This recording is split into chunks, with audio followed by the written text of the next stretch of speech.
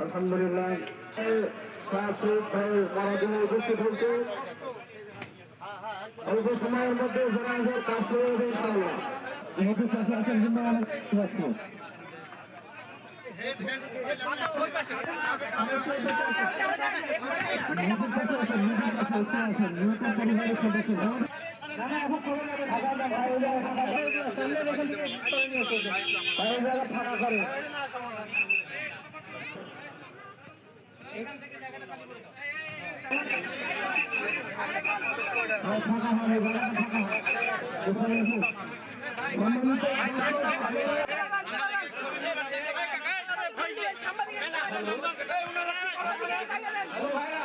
এবং এখানে শেষ নয়, তাদের পরিবারের শিক্ষা, স্বাস্থ্য, ভূমি সেবা সকল ব্যাপারে জেলা প্রশাসন, উপজেলা প্রশাসন তাদের পরিবারের পাশে থাকবে।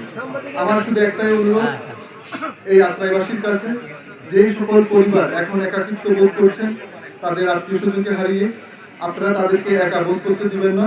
আপনারা সবাই তাদের পাশে থাকবেন, আমরাও তাদের পাশে থাকবো। আমরা সকলে মিলে আমাদের আত্রাইবাসীতে যারা ক্ষতিগ্রস্ত হয়েছে তাদেরকে আবার যাতে তারা পুনর্বাসিত হতে পারে, এই জন্য আমরা সর্বাত্মক চেষ্টা করি।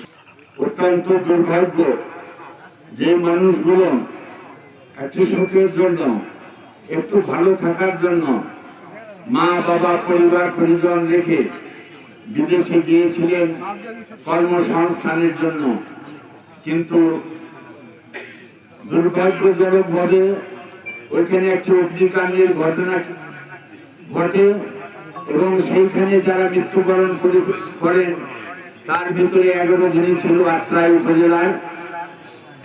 এবং খুবই পরিতাপের বিষয়, গন্ডগোহালি গ্রামের আপন সহোদর 2 ভাই, ছোট বড় ভাই, তারাও এই অগ্নিকাণ্ডে মৃত্যুবরণ করেছেন।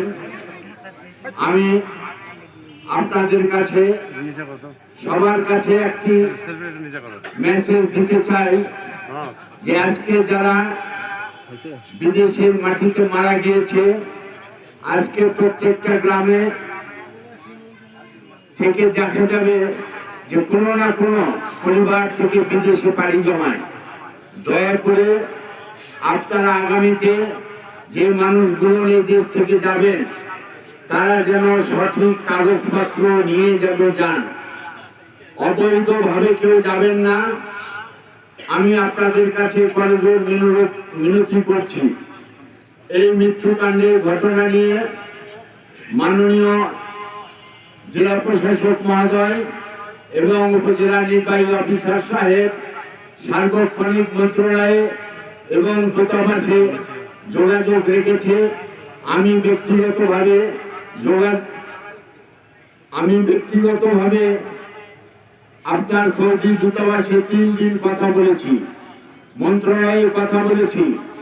আমি কথাগুলো যে কারণে বললাম, আজকে যে ভাইয়েরা মৃত্যুবরণ করেছে তাদের কাগজপত্রের ত্রুটির কারণে হয়তো কেউ আর্থিক সহযোগিতা কম পেতে পারে, কারণ কাগজপত্র যদি ঠিক থাকতো।